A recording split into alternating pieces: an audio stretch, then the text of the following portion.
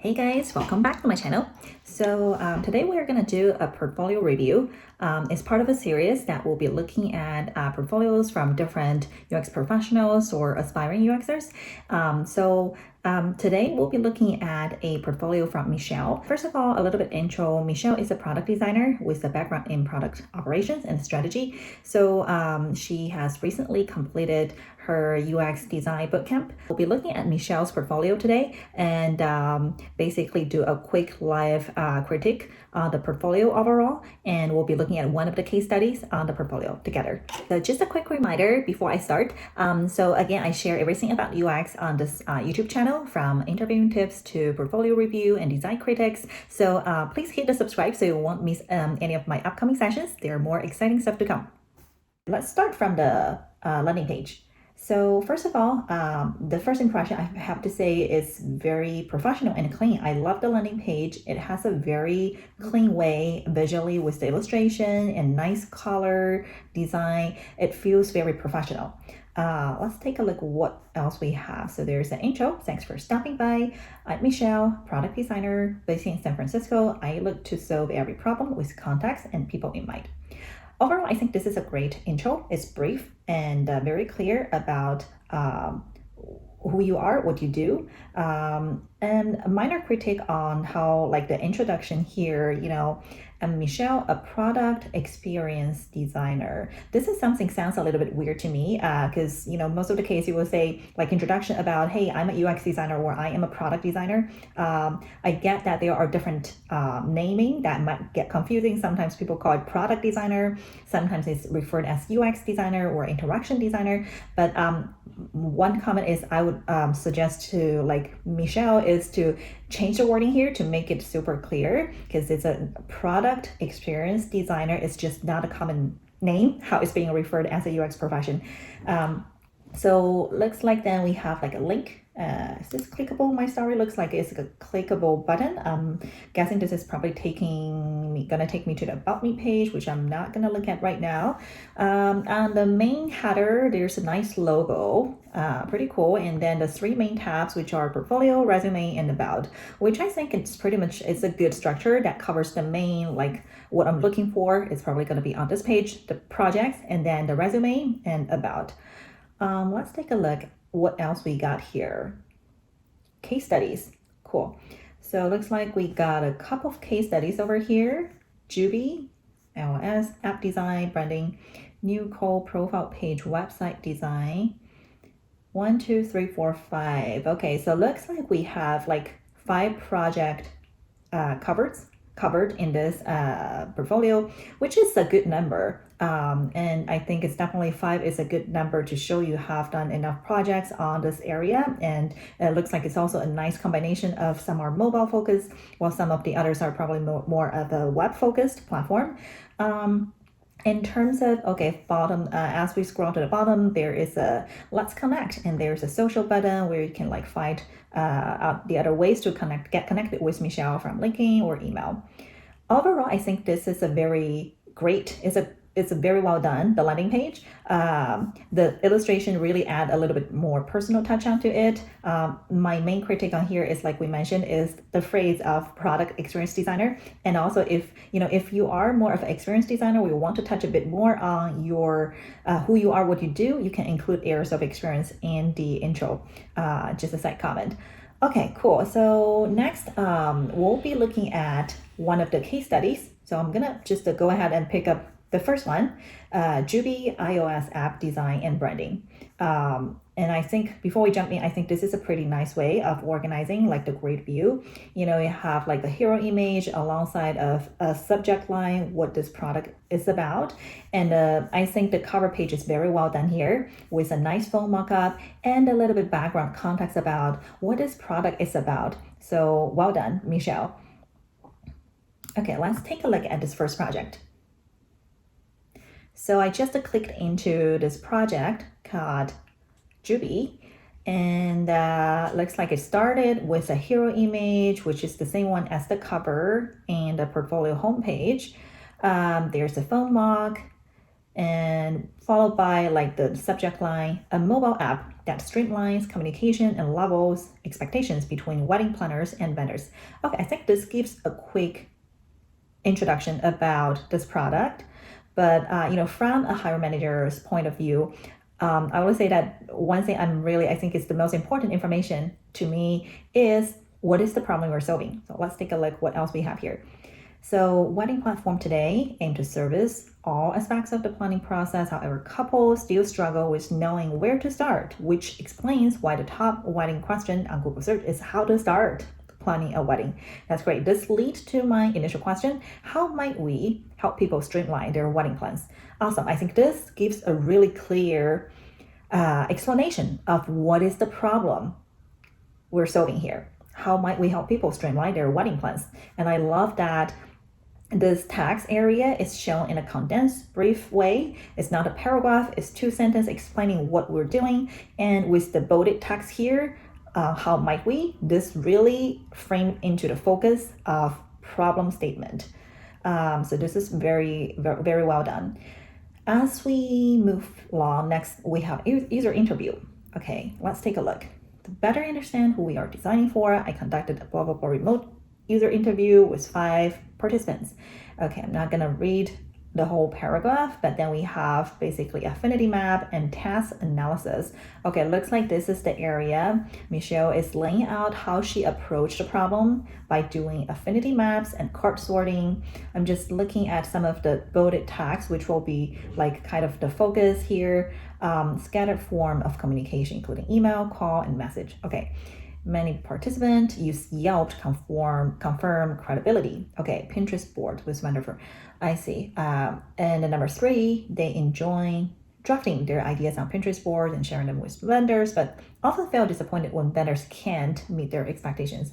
I see. So this looks like a summarize of the user pain points, which I think structure-wise it works really nice here. Like after the research, this is exactly the best part to explain, okay, what are the key pain points you decided to focus on. I think the image shown here, okay, what is this? Behavior, preferences, book vendor. There's like circles that are highlighted in green versus the others are highlighted in yellow. Not quite sure what this is telling me. Search by location, search by price. Okay, maybe that's talking about user preference is to search vendor by this criteria. Behavior, read reviews, browse photos. Okay, I wonder if this is kind of a mind mapping, but I'm not completely clear what is this diagram trying to convey. It might be helpful to add a little bit context or text below to touch on what this is talking about. This is, I think one point is, the card sorting. I think it's interesting that this is shown in a black and white manner, which sometimes can make it feels a little bit tuned back, but which is fine because the point here is not to actually let the user read the post-it, but to actually, okay, just the idea, like I did a card sorting. So I think visual-wise, this treatment is okay. But one critic is on this diagram on the left. What is this? Like, what are you trying to explain in this diagram? It doesn't seem like a typical affinity mapping. So probably helpful to have a little more clarity and explanations. Okay, next we have persona. Jessica.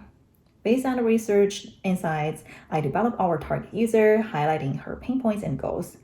Okay, so there's the analyze of this persona based on to understand what are the goals, tasks, and pain points, motivations. This is good. And then followed by that, there's reframe design goal. Okay, why there's a reframe? The above findings help me narrow my focus and reframe my design questions to better address user pain points and goals. Number 1, how might we streamline communication for all parties involved in the wedding? Number 2, how might we improve the exchange of expectations between users and vendors? Okay, this is interesting. So at the beginning, the problem statement framing was how might we help people streamline their wedding plans? And here, after the research and ideation, there is a reframing of the design goal to sounds like this is more narrowed down to the actual like specific, getting more specific into what is the design goal, which turns into how might we streamline the communication for all parties, like what are the all parties. I'm guessing this is not talking only about the couples, but also probably planners, vendors, and also how might we improve the exchange of expectations between users and vendors. I'm a little bit confused on the wording here, the exchange of expectations. I'm not quite sure 100% clear what this is talking about, but let's continue to take a look what else we have here.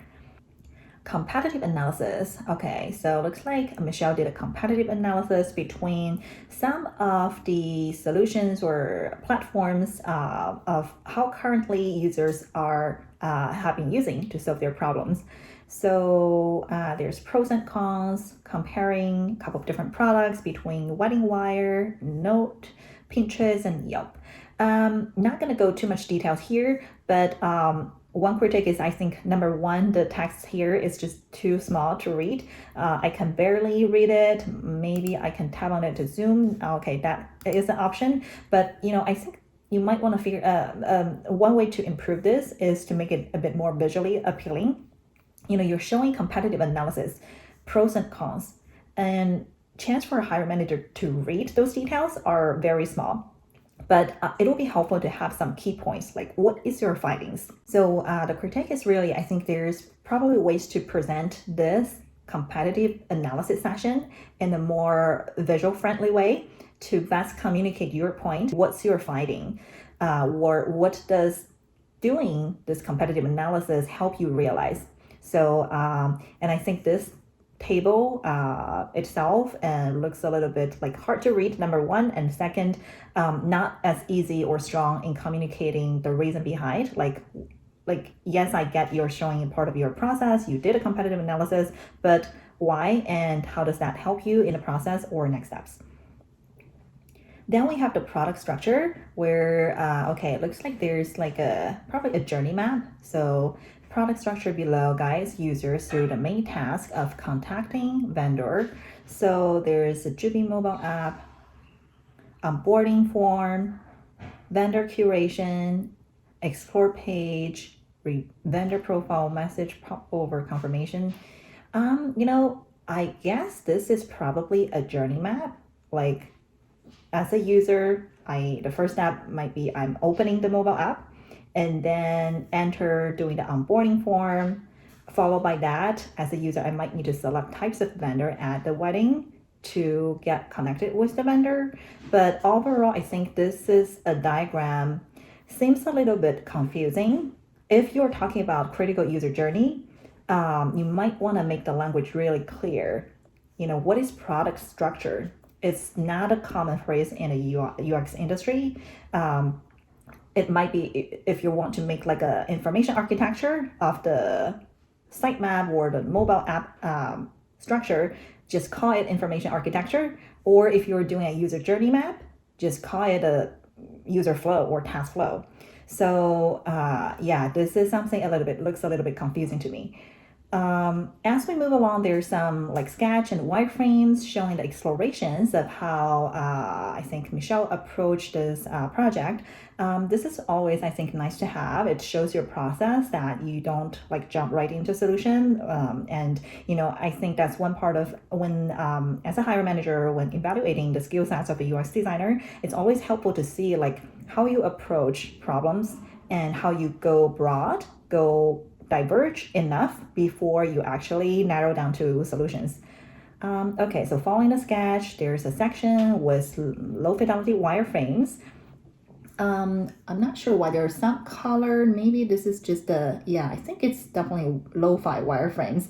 Most of the case, the wireframes I see are black and white or grayscale. I guess here there are some green colors introduced to the call to action button, which is fine. But I will leave that up to you. Just like what this is. Is this still a low fidelity wireframe? If you want to introduce color, try to keep it to the very minimum level.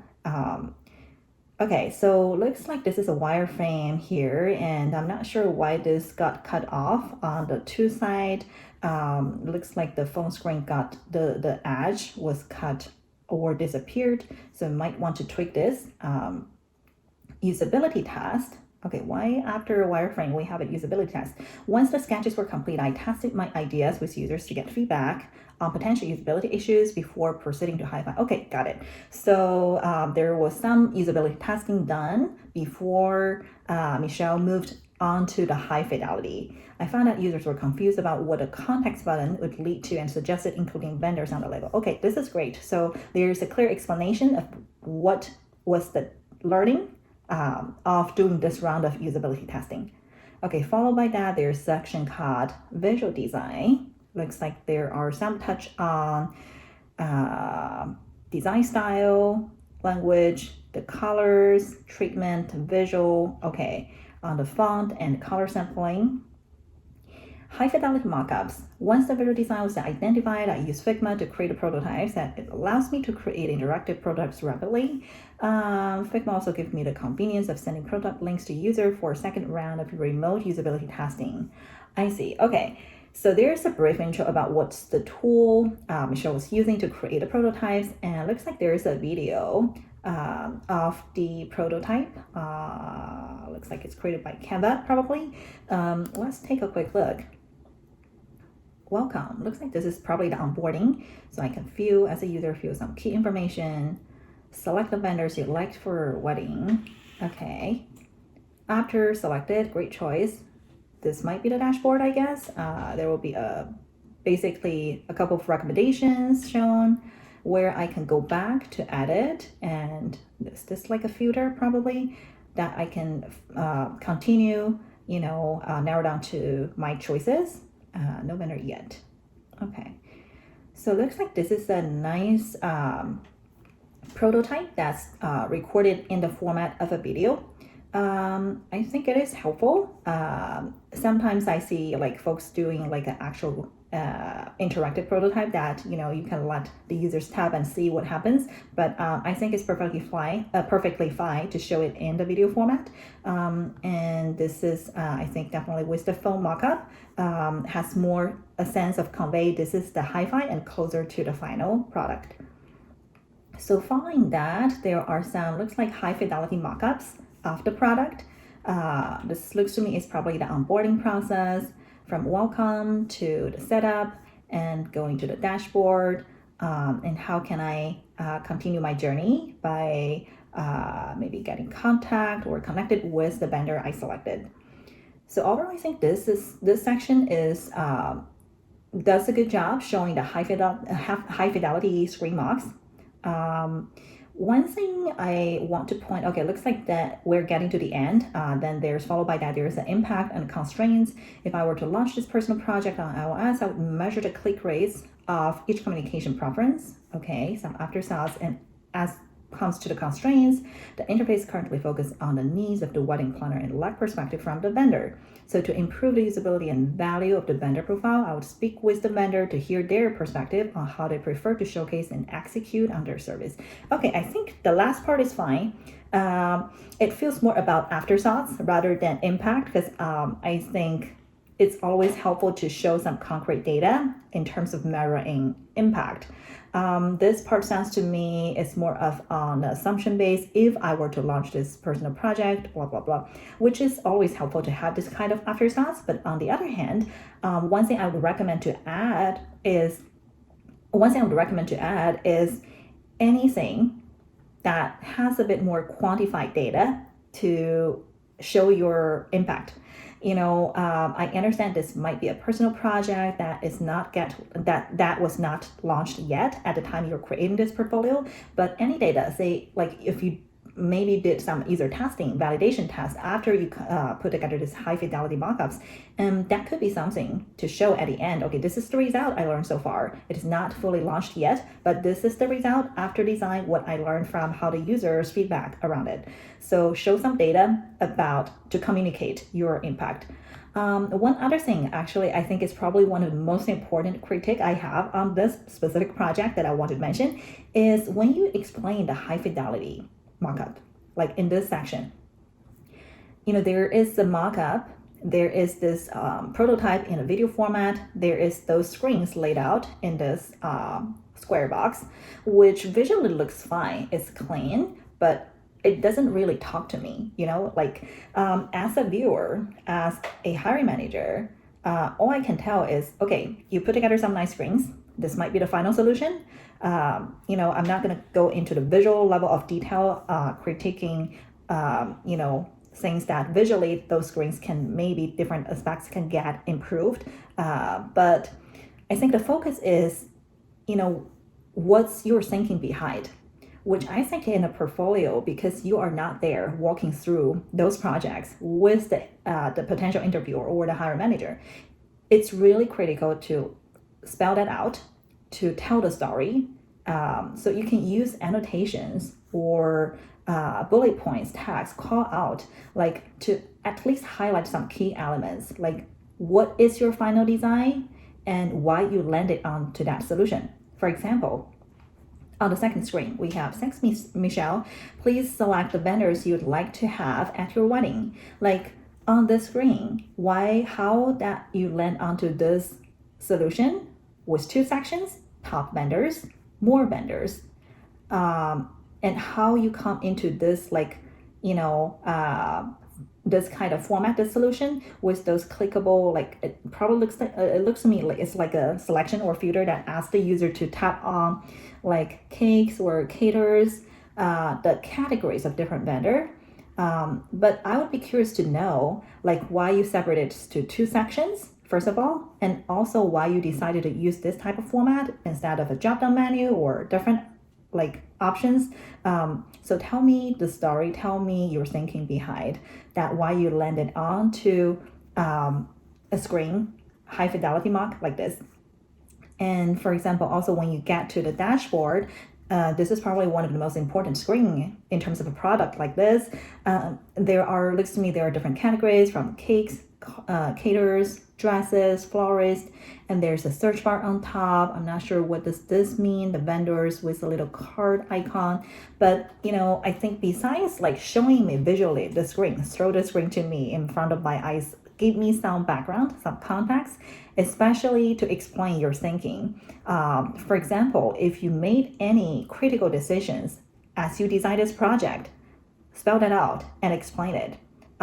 Why you want to have, like, for example, this screen with star ratings. Why? How does that help this product? Either it's helping the users or helping the vendors. Why you decided to show like in this kind of structure, and what are those like easy to work with, 2 to 4 weeks lead time? What are those like this little highlight cards or categories like responsive in 24 hours? And with the hero image, those star ratings, like there's dollar value, dollar signs. I don't see number of reviews. Maybe that's one question I might raise up, like if you are getting to the interview phase. But like don't stop at the high fidelity screens just by the visually presented it on its own. Give a bit background and explain your thinking process, which is always, I think, the most important aspect when I evaluate UX candidates. So, but overall, I think this project is looks like it's controlled in a good length. It's not too long, but it has the key points and touch the key steps, how Michelle has approached this project. And visual-wise, it looks very, I think, clean and well organized. So yeah, so overall, I think it's a project well done, but needs a bit tweak and adding a bit more like meats into the most important part of the high fidelity solutions to make the story more compelling and really tells, like, as a UX designer, is the key difference I think between UX and UI is you're designing the experience, the product, the journey. You did like cart sorting, you did journey map, but at the end, when you're showing the final solutions, it's still important to explain why and how you landed onto that solution.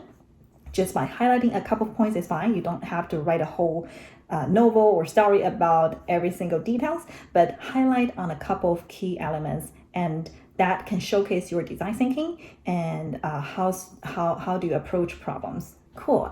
So we're gonna end here for this project case study. I'm gonna take a quick look on the About page. Oh, this is nice. Very cute picture. Nice to meet you. I'm Michelle, user experience designer, background in logistics. Okay, so it talked a bit about Michelle's background, and I chose UX because, and how am I different? And 3 emojis to describe me. I love this. This is always nice to have, I think, to get to know a bit about you as who you are, besides your actual like working knowledge and projects, to have some personal touch on who you are and your personality. So I think this page is very well done, and there's a resume button, looks like, where I can tap to download the resume, which is always handy to have on a portfolio. Cool. So I am gonna go back to the home page. I think just a quick summary, what we have looked at is the landing page, the first case study, and About page today on Michelle's portfolio.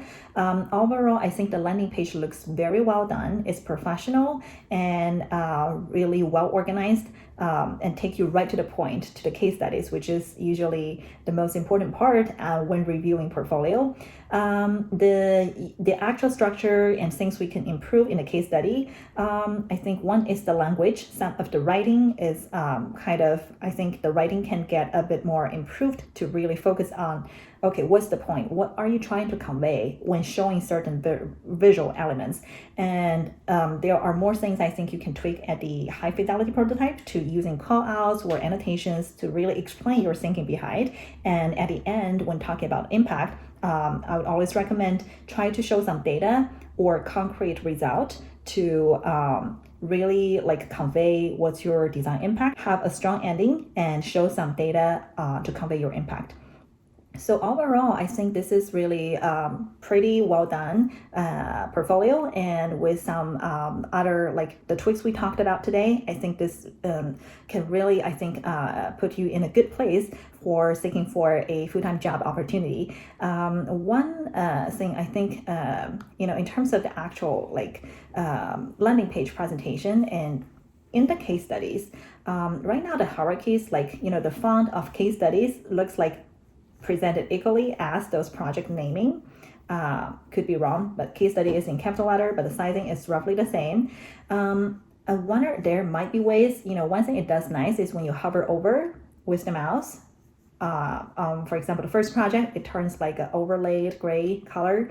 I don't know if there is a way to add a bit more about, like, this is a mobile product, or what's your role. And that's something, when we talk into the case study, like for example, the first one, I think this is something always helpful to have. You did a really good job explaining the problem statement, but what's your deliverables? What's your role? Are you doing both research and design, or focus on UX its own, or are you also doing the visual? I think have some high level key data at the top, like, this is designing for a mobile app. Like, what's your role and what are your deliverables? What's the problem statement? That's always helpful before I get into deep dive into the project. So I think that's my last comments on this portfolio. But overall, I think this is a pretty well done. Okay, so that's all I have for today. We'll be doing more portfolio review sessions in the upcoming videos. So stay tuned. I'll see you guys next time. Bye.